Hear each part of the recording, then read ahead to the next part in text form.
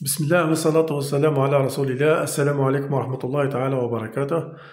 عندك سخان ماء جانكار 11 لتر، الشمعة تاعو ما تحكمش. كاين عدة أسباب اللي تخلاها ما تحكمش. نبداو بالسبب الأول واللي هو ترموكوبل. هذا ترموكوبل يعني دير كيما هكذا تشعل الشمعة تاعك هنا. كي تجبد يدك على البوطون هذا، تجبد يدك على البوطون هذا تطفى الشمعة. درك نشوفوا الأسباب مع بعضنا. كاين عدة أسباب. نشوفوا السبب الأول، نحيو الكاج هذا الصح الأول كما راكم تشوفوا.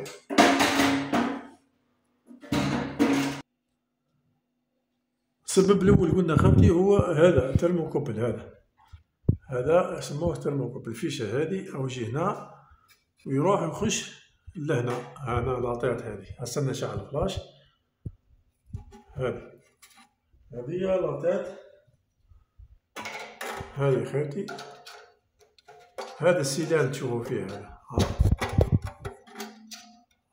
هاني نقيس فيه هذا يجي لهنا. هذه لابوبيل تسمى يروح هنا ويروح كما قلنا يجي لهنا ومن بعد يطلع الفوق. واش نديرو؟ كاين بزاف جماعة يقول لك كان شريت شوبان جديد بصح ما يشعلش. هنا شوفوا، هنا شفتوا البلاصة هذه، هذا الكليكسون هذا الكليكسون. شوف الفيشة هذه نظفوها مليح، نظفوها ونعاودو نرجعو الكابل هذا. نرجعوه كيما هكا ونجربو الشمعة تاعنا، نشوفوها اسكو تشعل ولا لا.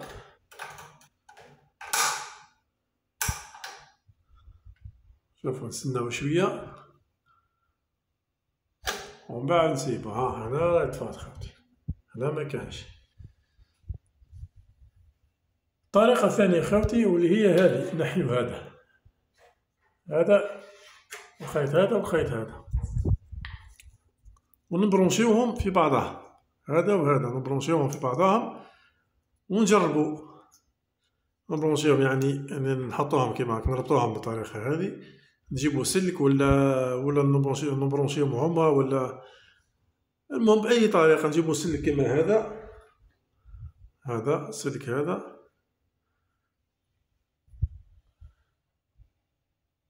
ونديروه كيما هكا ونحطوه بالطريقة هذه كما راكم تشوفوا. ومن بعد نشعلوا لافلام تاعنا. لا كان حكمت ما حكمتش تسمى الديفو راهو ماهوش من هذا. ومن بعد وين نروحوا السبب الثاني واللي هو هذا كما راكم تشوفوا فيه.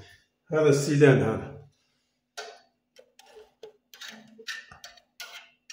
هذا السيلان خوتي. اللي راني نقيس فيه بالسكينة هذا خوتي. مع الوقت خوتي يدير الكالكار ولا يتوسخ. وش هو؟ نظفوه، نجيبو بابي فار ونظفوه بالطريقة هذه. نظفوه ونشوفو مع لافلام تاعنا، نشعلو لافلام تاعنا. لا كان شعلت تما راهو مشكل منه. لا كان ماشي من لافلام، لا كان ماهاش من السيلان هذا واللي هو ترموكوبل، تسمى راهو مشكل من حاجة أخرى. كاينة حاجة خوتي، نتأكدو بلي راه يقيس في النار. هنا شوفوا، نتأكدو بلي راه يقيس في النار. يعني هذا الترموكوبل هذا نشوفوه.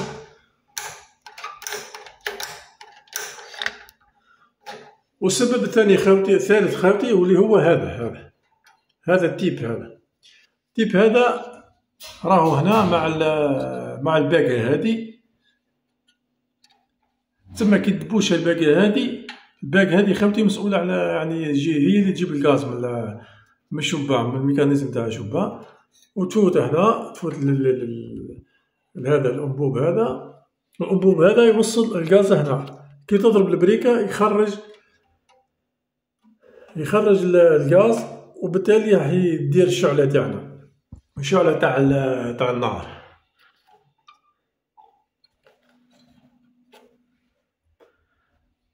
يعني والسبب يعني الرابع واللي هو هذا السيلان هذا الصغير كما راكم تشوفوا فيه.